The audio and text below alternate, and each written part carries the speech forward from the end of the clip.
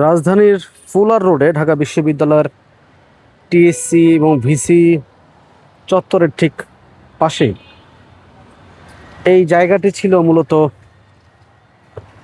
বাংলাদেশের ইতিহাসের সাথে জড়িত অনেক মহান ব্যক্তিদের ভাস্কর্য স্থাপনের জায়গা। এই জায়গাটি এখন 5ই আগস্ট সরকার পতনের পরে কে বা কাহারা এটি ভাঙচুর করে এবং এখানে দেখতে পাচ্ছেন সম্ভবত বীর শ্রেষ্ঠদের, এটি সম্ভবত বীর শ্রেষ্ঠদের কোনো ভাস্কর্য, এটি ভেঙে পড়ে আছে।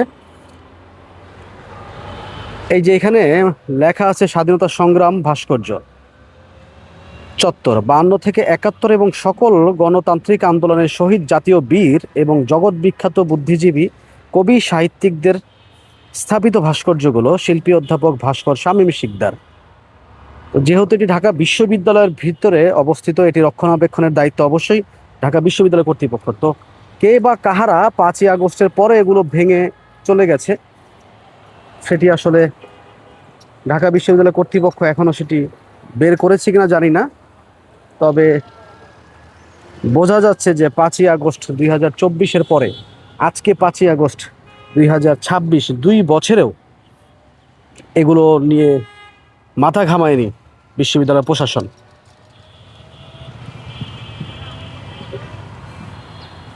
আমরা পুরো জায়গাটি একটু ঘুরে দেখব।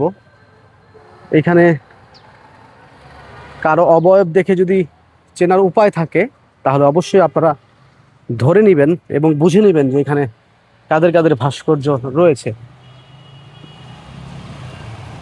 প্রতিটি ভাস্কর্যই মূলত ভাঙা হয়েছে এবং কারো নাক নেই, কারো কান নেই, কারো মাথা নেই।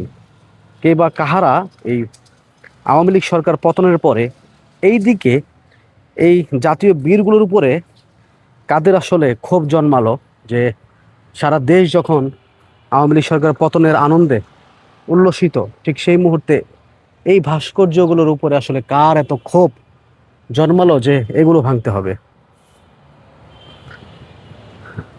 এই ভাস্কর্যটি মোহনদাস করমচাঁদ গান্ধী, আচ্ছা এটা হচ্ছে গান্ধীজির ভাস্কর্য, হয়তোবা প্রতিটি ভাস্কর্যতে নাম ছিল। আচ্ছা এটি হচ্ছে রবীন্দ্রনাথ ঠাকুর। রবীন্দ্রনাথ ঠাকুর চিত হয়ে পড়ে আছে, কাত হয়ে পড়ে আছে, যাই বলেন, পড়ে রয়েছে। এবং আমরা আরও কিছু ভাস্কর্য দেখার চেষ্টা করব যেগুলো আসলে দেখে চেনা যায় কিনা। অধ্যাপক ভাস্কর কাজী শামীম শিকদার, বীর মুক্তিযোদ্ধা, ওনার নাক ভাঙা হয়েছে। এই পাশে আমরা যেতে পারছি না, বিশাল বড় একটি ভাস্কর্য এখানে ভেঙে পড়ে আছে এবং জায়গাটি একদম কর্দমাক্ত শ্যাওলা পড়ে আছে। দেখি আমরা আর কিছু ভাস্কর্য দেখা যায় কিনা। প্রায় প্রতিটি ভাস্কর্যই আসলে ঠান্ডা মাথায় সময় নিয়ে ভাঙা হয়েছে।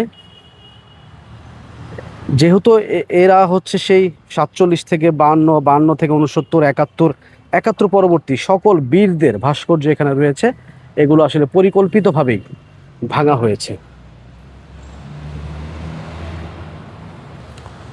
আমরা আরেকটি প্রান্তে আসলাম। নিশ্চয়ই প্রতিটি ভাস্কর্যের সাথেই নাম ফলক রয়েছিল, সে নাম ফলকগুলো এখন আর নাই। এই যেখানে দেখতে পাচ্ছেন মুক্তিযুদ্ধের স্মারক হিসেবে হাত ছিল, আঙুল ছিল, অস্ত্র ছিল, সেগুলোও ভাঙা হয়েছে এবং নাম ফলকও দেখার সুযোগ নেই যে এগুলো আসলে কাদের ভাস্কর্য ছিল। সব কিছু ভেঙে ফেলা হয়েছে।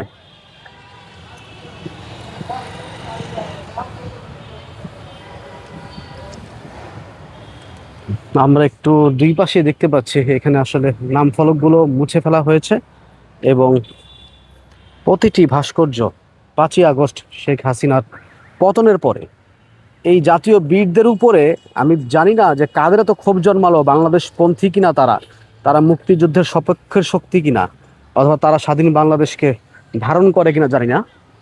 তবে তাদের যে ক্ষোভ ছিল বোঝা যায় এই ভাস্কর্যগুলোর দিকে নজর দেয়াতে।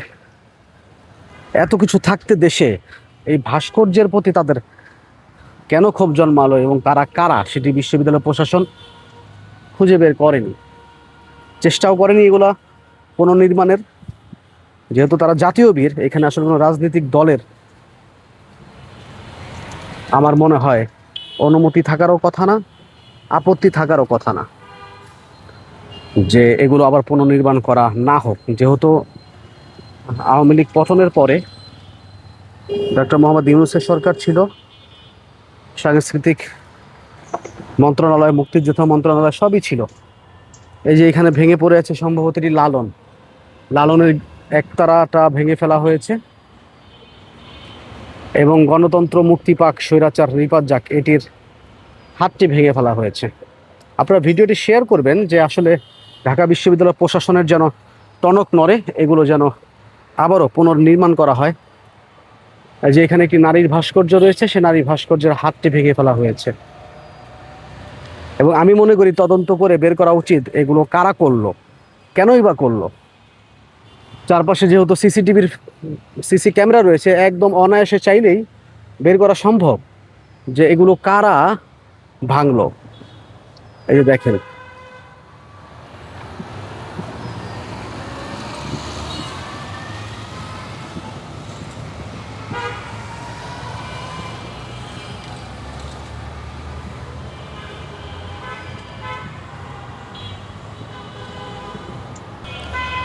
এখানে দেখা যাচ্ছে সম্ভবত এটি অফিস ছিল অথবা রক্ষণাবেক্ষণের জায়গাটা ছিল, এটিও জ্বালিয়ে দেওয়া হয়েছে।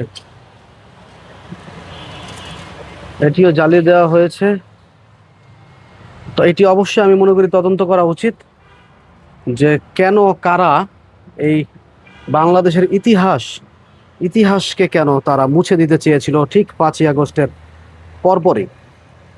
তাও ঢাকা বিশ্ববিদ্যালয়ের মতো একটি জায়গা, যেই জায়গাতে এতগুলো ভাস্কর্য ভাঙা হয়েছে, গত 2 বছরেও এগুলো তদন্ত করা হয়নি, পুনর্নির্মাণ করা হয়নি। কেন, কাদের জন্য আসলে এগুলো তৈরি করা হয়নি, নির্মাণ করা হয়নি এবং কারা ভেঙেছে তাদেরকে খুঁজে বের করা হয়নি।